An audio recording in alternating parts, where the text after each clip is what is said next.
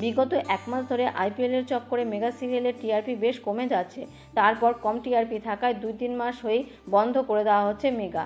সেই তালিকায় আপাতত দুর্গামণি এবং বাঘমামা রয়েছে। তবে এরই মাঝে মাথায় হাত টেলিপাড়ার অভিনেতা অভিনেত্রীদের। খবর আসছে যে 3টি মেগার বর্তমান কাজ বন্ধ রয়েছে। জি বাংলার দাদামণি এবং কুসুম এবং স্টার জলসার রানী ভবানীর শুটিং বন্ধ। জানা যাচ্ছে যে দীর্ঘ সময় ধরে বেতন বৃদ্ধি হয়নি টেকনিশিয়ানদের, তাই নতুন মেগার কাজ তারা শুরু করবে না এখন। যদিও যাতে সম্প্রচারণে ব্যাঘাত না ঘটে তাই পুরনো মেগাগুলোর শুটিং চালিয়ে যাওয়ার সিদ্ধান্ত নিয়েছেন তারা।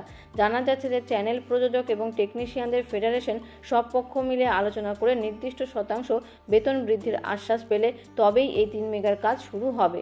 এইদিকে এই 3টির মধ্যে কুসুমের স্লট ঘোষণা হয়ে গিয়েছে।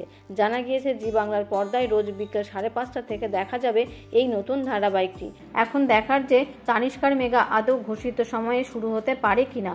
অন্যদিকে 2 মেগা দাদামণি আর রানী ভবানীর প্রোমো এসে গিয়েছে টিভি এবং সোশ্যাল মিডিয়াতে। নিনি চিনিস মাম্মাস প্রোডাকশন হাউসে আসছে দাদামণি আর বাংলা টকিজের প্রযোজনায় আসছে রানী ভবানী। তবে দর্শকেরা ততদিন এই 3টি মেগা দেখতে পারবেন না যতদিন না পর্যন্ত প্রযোজক ফেডারেশন এবং চ্যানেল কর্তৃপক্ষ বসে সবটা মিটমাট করে নিচ্ছে। তো বন্ধুরা, বিনোদন জগতের এমনই নিত্য নতুন আপডেট পেতে চ্যানেলটিকে অবশ্যই সাবস্ক্রাইব করবেন। ধন্যবাদ।